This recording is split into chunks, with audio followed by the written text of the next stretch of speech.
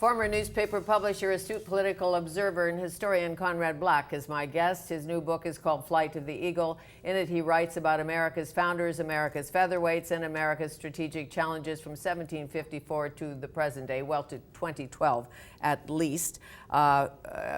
Churchill, that a great leader will always emerge, and America will always do the right thing.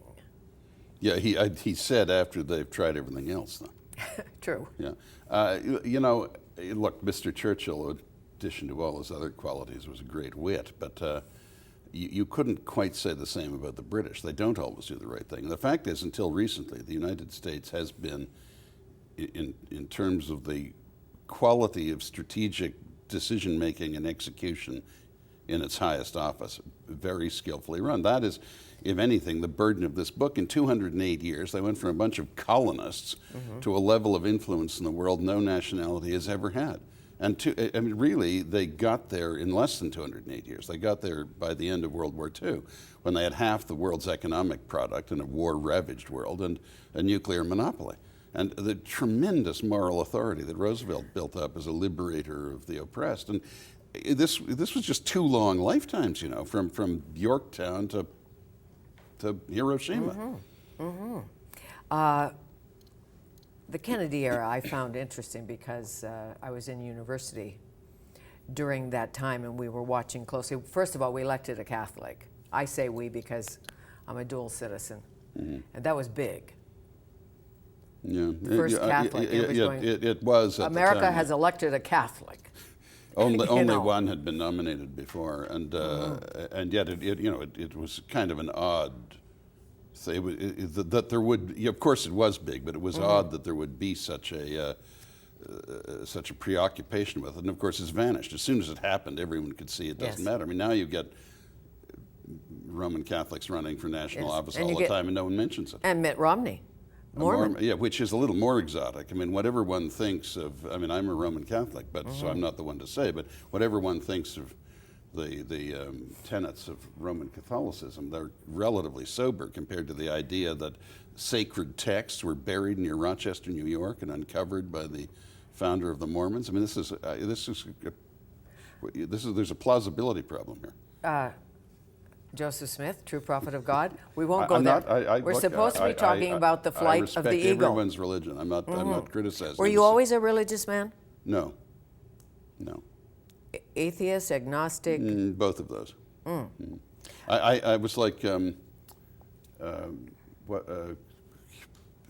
Woody Allen, who said that there was a terrible religious schism between his parents, and that this would be the case with me. My mother was an agnostic and my father was an atheist. Okay. Yeah. Well, it's in your genes. Yeah. Well, except I lost confidence in the non-existence of God. But I'm not sure I qualify as a religious man. I mean, I practice my religion, but I'm not a zealot or a pious person. Nixon. Yes. Controversial president. Certainly. I'll never forget him post-Vietnam, and I think I reread it in here, patting his pocket, saying, "I have a plan." No, that was when he was running in '68. It was brilliant. I have a plan. You know, I think on occasion, I may be embellishing this. Yes, I can do it. He said, "I have a plan," and then he went like this. You say, and you just saw the corner of it. I mean, not a postcard like that. You saw the corner of his supposed plan. It was complete rubbish. Of course, he didn't have a plan. And neither did Henry Kissinger. They made it up as they went along. Kissinger wrote the note in the beginning of this. Yeah. How did you meet him? Why did you select him, or did the editors select him? No. He came to visit me when I was a guest of the American People, and I asked him. He's an old friend of mine, you see, and I asked if he would do it, and he said he would be happy to do it. So he did. And he's an old friend because? Well, he was a director of our company, but before that, we met initially through some mutual friends in New York, and then we used to meet at these conferences, the Bilderberg meetings and the Trilateral Commission.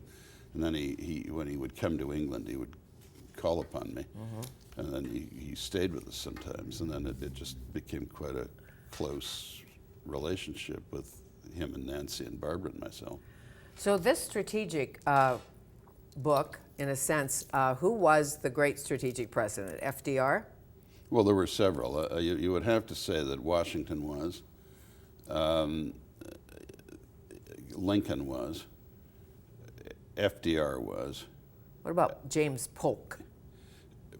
Pretty good. He was a follower of Jackson's. I mean, he added nearly 1 million square miles to the country. So he increased the size of it by 50% or a little more. The states almost up to your part of the country. Montana is a Spanish name, and he for Montana,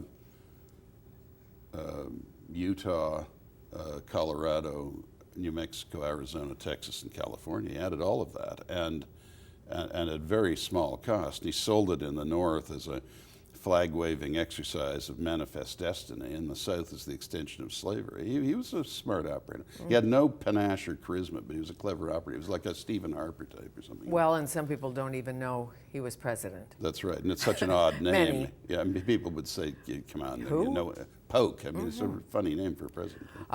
One of the delights, if I can call it a delight, of Flight of the Eagle are the little things. Truman meets Stalin. They exchanged this. Who did all that research? I did that, but it's in Truman's memoirs. Yeah. Okay. And the Stalin part is in a biography of Truman, both Donovan's and McCullough's biographies of Truman. And who called Reagan a cunning old peasant? Rupert Murdoch, and he said it to me. As far as I know, he never said it anywhere else, but I remembered it. As soon as he said it, I thought what a brilliant description it was. And since I quoted it, I thought I had to put the source.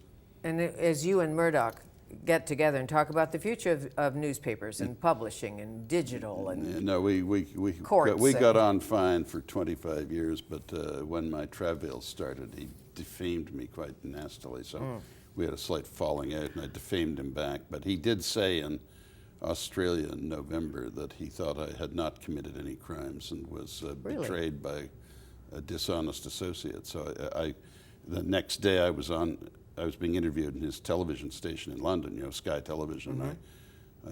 They asked me about that, and I said that I took that as an olive branch, which I was grateful to accept. So everything's fine now. But I have not seen him. I have no contact with him.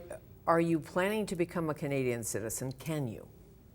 I can apply, and yes, I am at some point. But as I said when I renounced it, I only renounced it because I did not feel that the then Prime Minister, Jean Chrétien, should succeed in creating a special class of citizen in another country ineligible for an honor in that country for services deemed to have been rendered in that country because that person happened to be also a Canadian citizen. And, but that I would seek to become a Canadian citizen again as soon as it was practical. I always said that. And I will, but I've, with all this foolishness that's gone on in the United States since then, I have had to wait, you see. So right now it would probably be still a somewhat controversial thing. And you're allowed it's all settling down, so it'll happen eventually. And you can go back to the United States if you ever want to in what, 30 years? No, that's a myth. Right, I have to apply. I mean, I think my application would be accepted, but I don't. I mean, after the way I was treated there, I'm not. Time heals most wounds, but I think the U.S. and I can have a break from each other for a while. And the next book? History of Canada. Really? It's a much more interesting history than people think, and it's been told in a very rigorous and scholastically distinguished way, but not presented in an interesting way.